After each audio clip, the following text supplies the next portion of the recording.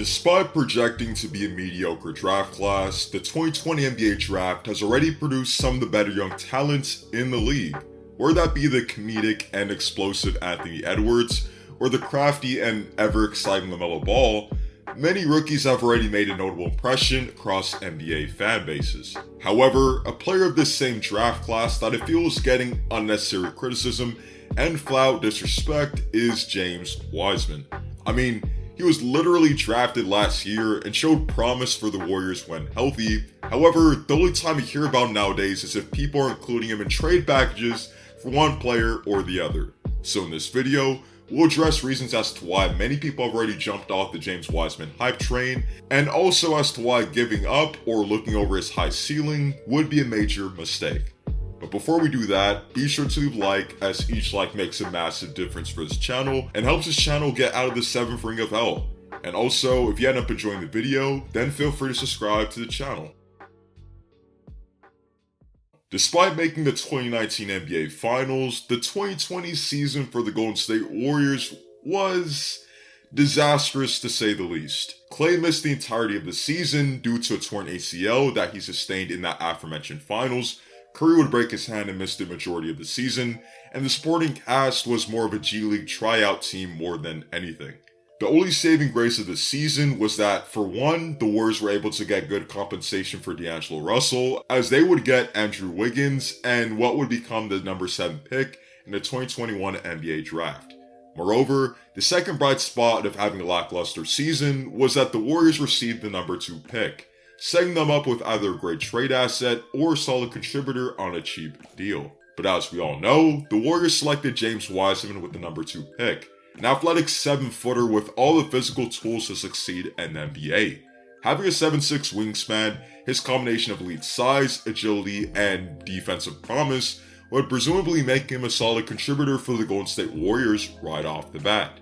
However, Wiseman's rookie season, while promising, was a roller coaster ride to say the least. He only played in 39 of 72 possible games in the regular season due to injury, and when he did play, he wasn't particularly lighting the world on fire. On a positive note, we saw glimpses as to why he was worthy of the number 2 pick.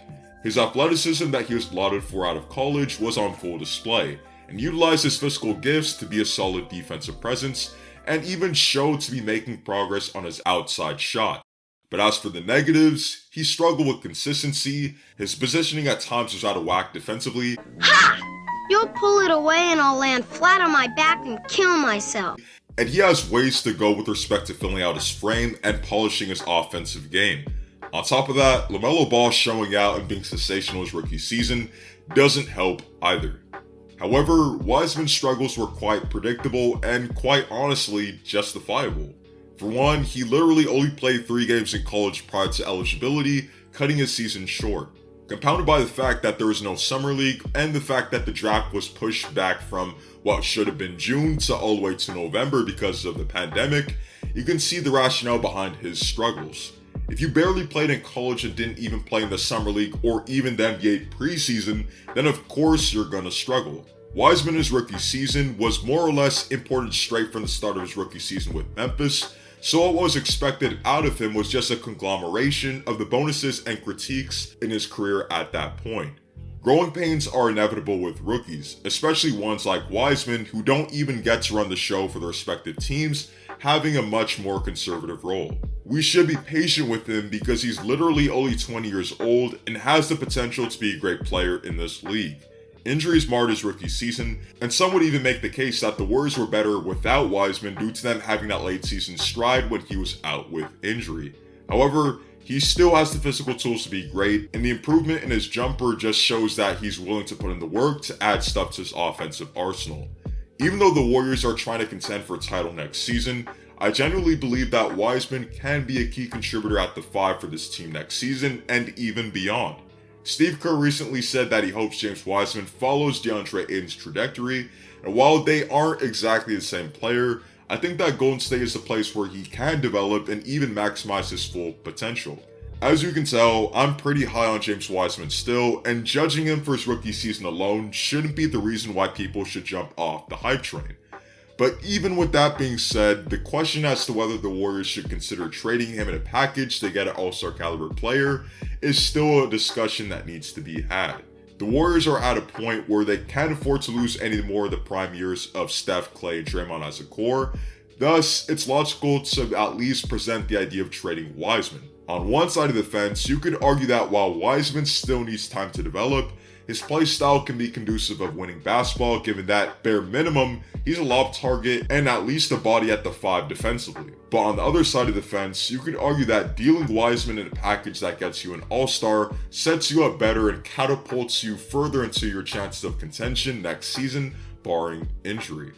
But again, is it worth trading both Wiseman and Wiggins in a deal that gets you an all-star caliber player? And if not an all-star caliber player, just solid contributors for the team? Well, Wiggins was exceptional for this team defensively last season, and his ability to guard the perimeter matters even more given that it's unlikely that Clay will be able to move as laterally as he once did due to his ACL and Achilles injuries. And trading Wiseman means that you're giving up on his potential quite soon.